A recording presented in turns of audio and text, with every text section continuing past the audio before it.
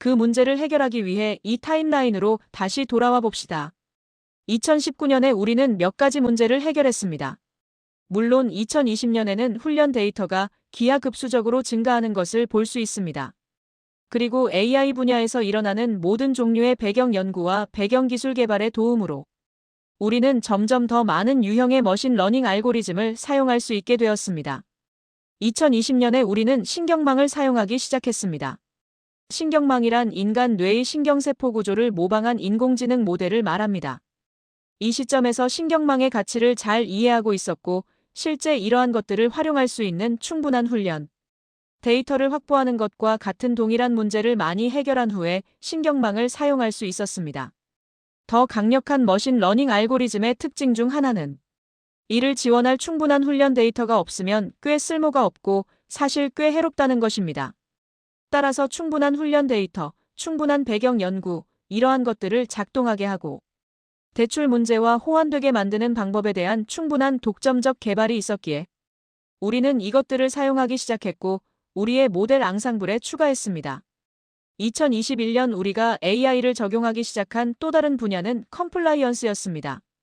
아마 정말 이상하게 들리고 직관에 반하는 것처럼 들리겠지만 소비자 신용은 가장 규제가 심한 산업 중 하나입니다. 그리고 특히 최근 몇 년 동안 그 규제는 공정한 대출에서 설명 가능성, 은행 시스템의 안전과 건전성에 이르기까지 정책적 우려를 포괄해왔습니다. 이 각각의 부분에 관심을 갖는 다양한 규제 기관들이 있으며 그러한 규제 체계는 전통적인 신용점수 시스템의 안전한 영역을 넘어 모험을 하려는 플레이어들에게 꽤 중요한 주요 억제 요인이 되어 왔습니다. 이미 검증된 전통적인 신용점수 시스템을 고수한다면 수십 년 동안 사용되어 왔으므로 어떤 그룹에게 불공평하게 대우하고 있는지 또는 사람들이 신용점수가 무엇인지 이해하는지에 대해 도전을 받지 않을 것임을 알고 있습니다. 이것은 어느 정도 입증되었고 그 너머로 모험을 하는 순간 이 모든 문제에 직면하게 됩니다. 그리고 그 너머로 모험을 하여 우리가 사용하고 있는 것과 같은 매우 새롭고 복잡한 모델을 사용한다면 또 다른 문제가 생기는데 이러한 종류의 컴플라이언스 위험을 관리하기 위한 전통적인 기술의 거의 모든 것이 즉시 작동하지 않는다는 것입니다.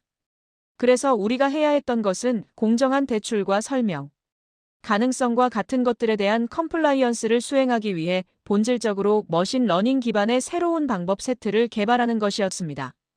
그리고 우리는 언더라이팅 모델의 복잡성에 걸맞은 동등한 복잡성과 정교함으로 컴플라이언스 시스템을 맞췄습니다. LDAS와 샵은 우리가 만든 이러한 시스템 중 일부에 대한 두 가지 약어일 뿐입니다. 좋습니다. 2022년, 이것은 제가 개인적으로 가장 좋아하는 것 중 하나입니다. 그래서 저는 우리가 거기서 했던 일에 대해 이야기하기 위해 잠시 우회하겠습니다. 데이브는 여러분 모두가 너무 괴짜 같아서 별로 좋아하지 않을 것이라고 생각했습니다. 하지만 저는 여러분이 좋아할 것이라고 생각합니다. 그래서 우리는 이것에 시간을 좀 할애할 것입니다. 좋습니다. 이것은 사실 멋진 것이 아닙니다. 이것은 지루한 것입니다. 모든 머신러닝 모델에는 손실 함수라고 하는 것이 있습니다. 손실 함수란 모델의 예측값과 실제값의 차이를 측정하는 함수입니다. 그리고 손실 함수는 그들의 목표에 대한 멋진 용어일 뿐입니다. 그들이 가능한 한 낮추려고 노력하는 것입니다. 그들은 어떤 양의 오류를 최소화하려고 노력하고 있습니다. 그리고 이것은 매우 일반적인 손실 함수로 누구나 할 수 있는 것입니다. 그리고 많은 오픈소스 머신 러닝 모델에 존재합니다. 로그 손실이라고 합니다. 이것은 기본적으로 좋은 결과와 나쁜 결과를 1과 0으로 나타낼 수 있게 해주는 손실 함수입니다. 그리고 그 핵심 속성은 이 안에 1과 0만 있다는 것입니다. 그래서 만약 여러분이 어떤 것을 1이라고 예측했는데 1이라면 정말 좋은 것입니다. 그리고 만약 어떤 것을 0이라고 예측했는데 1이라면 정말 나쁜 것입니다. 그리고 그것이 이 손실 함수가 측정하는 것입니다. 그리고 그것은 로그 방식으로 평균 오류를 측정합니다. 좋습니다. 이것은 매우 좋습니다. 머신 러닝 모델을 정말 빠르게 실행할 수 있게 해주는 것과 같은 정말 좋은 수학적 속성을 가지고 있습니다. 하지만 대출에 적용할 때는 많은 한계가 있으며 이는 우리가 앞서 이야기했던 몇 가지 문제로 돌아옵니다. 한 가지 예를 들면 대출이 정말 일찍 채무, 불이행되는 경우와 정말 늦게 채무 불이행되는 경우를 분리할 수 있는 좋은 방법이 없습니다. 다시 말하지만 1과 0으로 똑같이 취급됩니다. 단 한 가지 유형의 1과 0만 있습니다. 그래서 조기 상환은 전혀 중요하지 않다고 말하거나 조기 상환은 채무 불이행만큼 나쁘다고 말해야 하는 상황에 처하게 됩니다. 분명히 그렇지 않습니다. 그리고 세 번째는 대출이 정말 일찍 채무 불이행될 것이라고 예측했는데 실제로는 정말 늦게 채무 불이행되는 경우와 대출이 정말 일찍 채무 불이행될 것이라고 예측했는데 실제로는 조금 더 늦게 채무 불이행되는 경우를 구별할 수 없게 한다는 것입니다. 즉 여러분이 시간상 얼마나 틀렸는지는 1과 0만 있는 세상에서는 잘 표현되지 않습니다. 다시 말하지만 이 모든 것이 어쩌면 그래 꽤 흥미롭네 하지만 그게 얼마나 중요한데 라고 들릴지 모릅니다. 그래서 보여드리겠습니다. 좋습니다. 이 그래프를 조금 설명해야겠네요. 이것은 히트맵 그래프입니다. 그리고 색상이 보여주는 것은 재무적 목표의 실제 오류, 즉 예상했던 것과 실제로 얻은 것 사이의 현금 흐름의 순현재 가치 차이의 척도입니다. 순현재 가치란 미래에 발생할 현금 흐름을 현재 시점의 가치로 환산한 것을 말합니다. 그래서 여기 이 색상 그라데이션은 숫자가 낮을수록 오류가 적다는 것을 의미합니다. 숫자가 높을수록 오류가 많다는 것입니다. 그리고 색으로 구분했습니다. 파란색은 차갑다는 뜻입니다. 빨간색은 뜨겁다는 뜻입니다. 오류가 적은 좋은 곳에 도달했다는 뜻입니다. 물론 가능한 한 오류가 적기를 원할 것입니다. X축은 대출 첫 달의 예상 채무 불이행이고 Y축은 60개월 차의 예상 채무 불이행입니다. 기억하십시오. 우리 모델은 모든 언더라이팅에 대해 120개의 예측을 해야 합니다. 그래서 실제로 모델에서 일어나는 일은 이런 것이지만 120차원적인 것이고 물론 그것을 시각화할 수는 없으므로 설명을 위해 2차원으로 단순화했지만 요점은 빨간색에 도달하면 진정한 재무지표, 즉 채무 불이행 원리이 월 60의 채무 불이행보다 비용이 훨씬 많이 든다는 것과 같은 모든 것을 고려하는 지표에서 오류가 적다는 것입니다. 한 달 틀리는 것은 $50 틀리는 것보다 훨씬 덜 나쁩니다. 그리고 조기 상환은 비용이 조금 들지만 채무 불이행만큼은 아닙니다. 좋습니다. 만약 그 일반적인 손실 함수인 로그 손실을 사용한다면 어떻게 될까요? 이것이 일어나는 일입니다. 제가 말했듯이 머신러닝 모델은 손실 함수를 따르고 경사를 따라갑니다. 경사 하강법이라고 하는 것을 수행하는데 여기서 손실 함수를 최소화하는 모델의 값을 찾으려고 합니다. 그것을 하기 위해 경사를 따라갑니다. 그래서 이것이 일반적인 손실 함수에서 실제로 일어나는 일입니다. 모델은 여기에서 시작합니다. 올바른 매개 변수에 대한 첫 번째 추측입니다. 즉, 야, 너는 한 개월 차의 예상 채무 불이행을 5%로 설정하고 60개월 차에는 10%로 설정했어. 그리고 그것은 이 차용자에 대한 소위 정답이 무엇인지에 대한 첫 번째 추측입니다. 하지만 그러고 나서 아니 그건 맞지 않아 라고 말합니다. 그리고 계속 찾고 계속 찾다가 여기에서 끝납니다. 좋습니다. 꽤 좋습니다. 확실히 더 파란색에서 더 빨간색으로 갔지만 최적화 경로가 미묘하게 잘못되었다는 것을 알 수 있습니다. 실제로 가고 싶은 곳에 도달하지 못합니다. 가장 빨간색인 위치는 저기에 있습니다. 그리고 이것을 120차원으로 확장하면 2차원보다 맞거나 틀릴 공간이 훨씬 더 많다는 것을 상상할 수 있습니다. 이제 우리가 개발한 독점적인 손실 함수는 꽤 큰 프로젝트였습니다. 많은 수학과 공학이 필요했습니다. 이것은 실제로 이 경로를 따라 최적화합니다. 그리고 이것이 이것보다 훨씬 더 가고 싶은 곳에 훨씬 더 가까워지는 것을 볼 수 있습니다.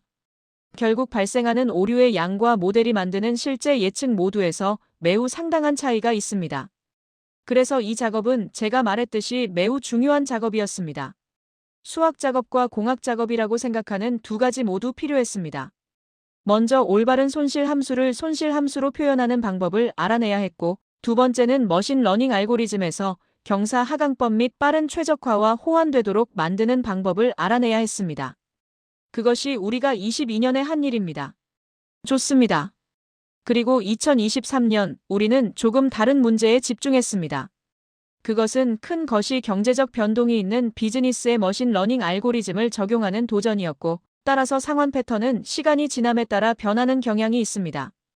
다시 말하지만 다른 유형의 머신러닝에서는 이런 문제가 별로 없습니다. 개는 항상 개처럼 보이고 고양이는 항상 고양이처럼 보입니다. 하지만 대출에서는 채무 불이행을 하는 사람들의 종류와 채무 불이행의 총체적 수준이 시간이 지남에 따라 꽤 많이 변하는 경향이 있습니다. 그리고 그것은 머신러닝 모델이 자연스럽게 잘 처리하지 못하는 것이었습니다. 왜냐하면 그들은 시간을 중요하지 않은 차원으로 취급했기 때문입니다. 그것은 모든 역사가 평등했기 때문에 걱정할 필요가 없는 것이었습니다. 그래서 우리는 시스템이 변화하는 것이 경제 조건에 동적으로 적응하도록 만드는 데 투자했습니다. 그것은 기본적으로 작년보다 올해 채무 불이행을 하는 사람이 2배나 많다는 것과 같이 총체적으로 일어나는 변화이든 공무원이 위협을 받고 있다거나 대학에서 영어를 공부한 사람들이 갑자기 일자리를 찾지 못하는 것과 같이 임의의 세그먼트 수준에서 일어나는 변화이든 간에 세상에 변화가 있다면 모델이 업스타트 직원의 개입 없이 기본적으로 그리고 동적으로 포착할 수 있다는 것을 의미했습니다. 그리고 그것은 본질적으로 데이터에 통계적으로 유의미한 추세가 있는 순간 우리 모델이 동적으로 반응한다는 것을 의미합니다. 나중에 다시 돌아와서 만약 우리가 몇 년 전에 그것을 가지고 있었다면 얼마나 큰 차이를 만들었을지 보여드리겠습니다. 좋습니다. 2024년 대출에서 영원한 문제 중 하나는 역선택 문제입니다. 여러분의 돈을 원하는 사람들은 항상 여러분의 돈을 원하지 않는 사람들보다 더 나쁩니다. 그리고 이것은 항상 사실이며 다소 불행하지만 여러분이 다루어야 할 문제입니다.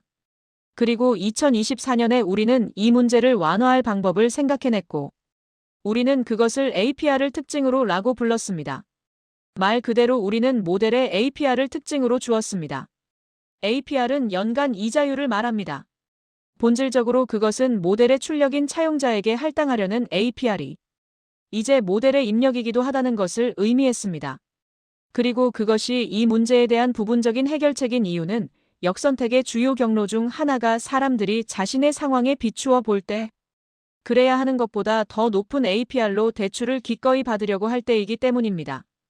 예를 들어 정말 깨끗한 신용 프로필을 가진 것처럼 보이지만 높은 APR 대출을 기꺼이 받는 사람이 있다면 아마도 그들에 대해서만 그들이 알고 있는 숨겨진 정보가 있어서 모델이 실제로 생각하는 것보다 그들을 더 나쁘게 만드는 의심스러운 점이 있다는 것을 암시합니다. 이것을 수행하는 데 기술적인 문제는 이것이 일종의 무한 루프를 생성한다는 것입니다. 출력이 입력이라면 문제는 영원히 계속될 수 있습니다. 그리고 이것을 해결하기 위해 우리는 한 번의 모델의 많은 병렬, 인스턴스를 실행하여 차용자가 기다리는 동안 만족할 만큼 유한한 시간 안에 문제를 수렴하고 해결할 수 있도록 했습니다. 하지만 그렇게 하기 위해 우리는 이전에는 별로 걱정할 필요가 없었지만 갑자기 대기 시간, 컴퓨팅, 메모리 등과 같은 것에 대해 걱정해야 했던 저수준 최적화에 매우 상당한 투자를 해야 했습니다. 그리고 실제로 훈련 데이터 크기가 커지고 모델의 복잡성이 커짐에 따라 이러한 저수준 병목 현상은 점점 더 우리가 해결해야 할 문제가 되었습니다. 그래서 우리가 저수준 최적화에서 한 일 중 하나의 예를 들어보겠습니다. 이것은 대략 우리의 훈련 데이터가 어떻게 생겼는지에 대한 단순화된 예입니다. 모든 차용자가 있습니다. 그들은 대출을 해준 시점부터 신용점수 및 교육과 같은 몇 가지 속성을 가지고 있습니다.